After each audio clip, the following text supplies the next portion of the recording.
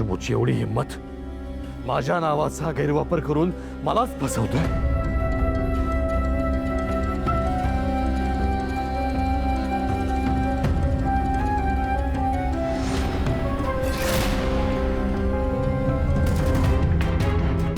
थांबा बाबा. बाबा मला सांगा, त्या नीच विक्रम घाडगे पाटलांवर खरंच तुमचा एवढा विश्वास आहे? अहो, त्यांनी आजवर तुमच्या विरोधात किती कारस्थानं केली सगळं विसरलात का? बाबा आणि शुभू जो तुमच्यासाठी स्वतःचा जीव द्यायला सुद्धा तयार असतो, तो तुमचं नाव वापरून कोणाला तरी धमकावेल असं खरंच वाटतं का तुम्हाला? असं वाटतं मला. काही मात्र विश्वास उरला नाही त्याच्यावर. माझ्या पाठीमागे माझ्या मुलीला जो फसवू शकतो ना, तो स्वतःच्या स्वार्थासाठी काही करू शकतो. धूळ फेकले त्यांनी माझ्या डोळ्यामध्ये. आज जाणीव होते मला. नंदाक्का जे म्हणत होते ना, ते बरोबर होतं. माझ्या विश्वासातला माझा जवळचा प्रत्येक माणूस मला दगा देतो. आधी त्या शिरीष घाणेकरांनी पाठीमध्ये वार केला आणि आता हा शुभू. बाबा, शुभूच्या अण्णांनी हार चोरलेला नाही. दौलतच्या पिशवीमध्ये हार सापडलाय पोलिसांना. यापेक्षा काय मोठा पुरावा हवाय तुला? आणि अजूनही त्या शुभूची वकिली करायला आलीस तू इथे? हो बाबा, कारण माझा त्या विक्रम घाडगे पाटलांवर अजिबात विश्वास नाही.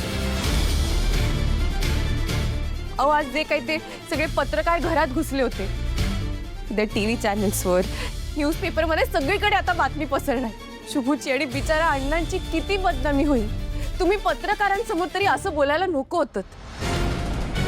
आणि मला पूर्ण खात्री आहे, ह्या कटाच्या मागे आत्याचाच हात आहे. श्रावणी,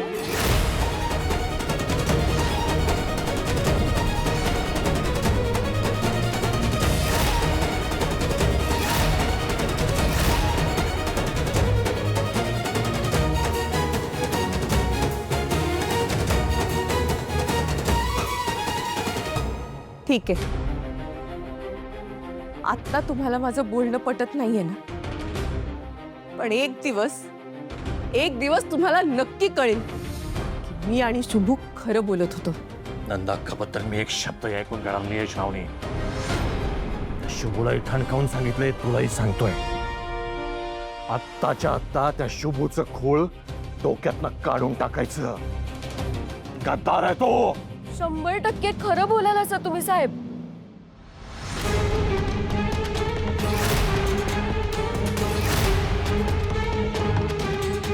ती तुझी हिंमत कशी झाली या घरामध्ये पाऊल ठेवायची?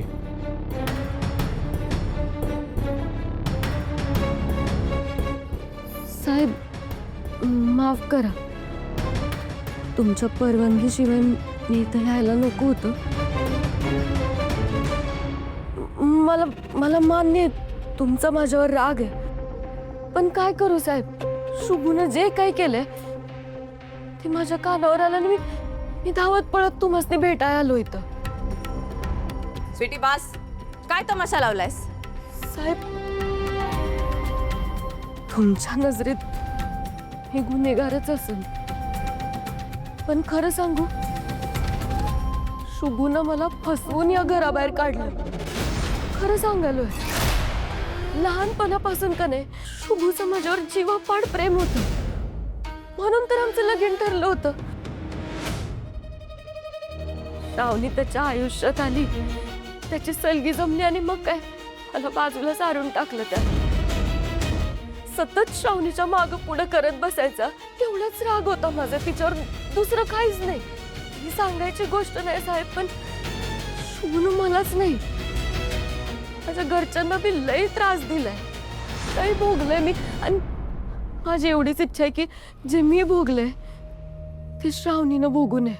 साहेब, शुभूनं का नाही श्रावणीला त्याच्या खोट्या प्रेमात अडकवलंय, आणि हे समज कशापायी करायलाय माहितीये? कारण त्याचा आणि त्याच्या बापाचा तुमच्या पैशांवर, तुमच्या संपत्तीवर डोळा आहे. स्वीटी, गप्पा बस, खोटं बोलू नकोस. मी कशाला खोटं बोलू? मम्मीची शपथ घेऊन सांगतो साहेब, मी जे काय बोलालोय ते 100% खरं बोलालोय, खोटं आहे. कशावरून? कदाचित ही बोलते ते खरंही असेल. चूक माझी होती. मी त्या शुभवर विश्वास ठेवला, त्याला त्याला डोक्यावर बसवलं. बाबा तुम्ही स्वतःला दोष देऊ नका. तू तर माझ्याशी बोलूच नकोस. तुझा तर चेहरा पाहिजे पण इच्छा नाही माझी. जा, चालते माझ्या नजरेसमोरून.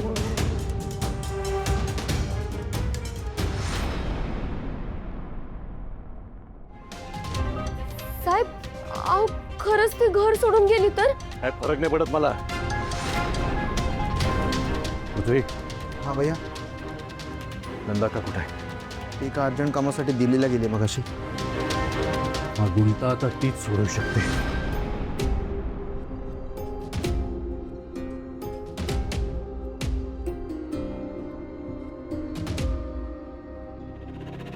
वा वा वा स्वीटे, एकदम वेळेवर आगीत तेल ओतलंस तू. एक नंबर.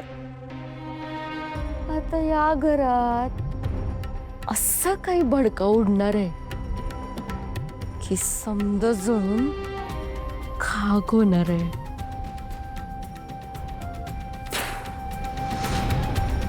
नाही म्हणजे नाही.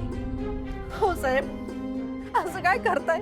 अहो त्यांना बाहेरच्या जेवणाची सवय नाही आहे. त्यांच्या गोळ्या बी चालू आहेत. एकदा समजून घ्या की साहेब. तुम्हाला एकदा सांगितलेलं कळत नाही का? हे घर नाहीये, पोलीस स्टेशन आहे माझं. त्यामुळे त्यांना जे सरकारी जेवण असेल तेच मिळेल. रुद्र सर, तुमचं वैर माझ्याशी आहे ना? मग माझ्यावरचा राग माझ्या निष्पाप आईवडिलांवर का काढालाय तुम्ही? ए बाबा, तुझ्यासारख्या नोकऱ्याशी वैर घेऊन काय करू मी? काय मिळणार आहे त्या दुश्मनीतनं मला? इथे मी कोणाचा सूट घ्यायला नाही, माझी ड्युटी करायला बसलोय. असो. आणि हा, तुझ्या चोर बापाला घरचं जेवण देण्याची एवढीच जर हौस असेल ना तुला, तर एक काम कर, कोर्टात जा, चांगला वकील कर आणि मॅजिस्ट्रेटची परवानगी घेऊन ये. आणि एकदा का मॅजिस्ट्रेटची परवानगी मिळाली की भेट त्यांना, मी देतो ना परवानगी. आणि मग काय पंचतारांकित हॉटेलमधलं जेवण द्यायचंय का त्यांच्यासमोर पंचपक्वान वाढायचे ते बघा तुम्ही. या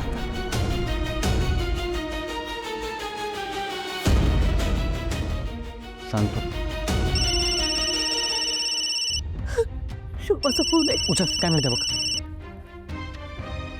हॅलो आहे. अगं इकडे लई मोठा अनर्थ झालाय. काय काय झालं? तू गेल्यानंतर का नाही मिनिस्टरची माणसं आलती आणि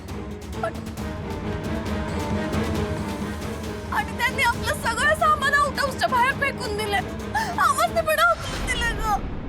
अरे देवा, आई आम्हाबाई काय परीक्षा घ्यायला आलीस ग?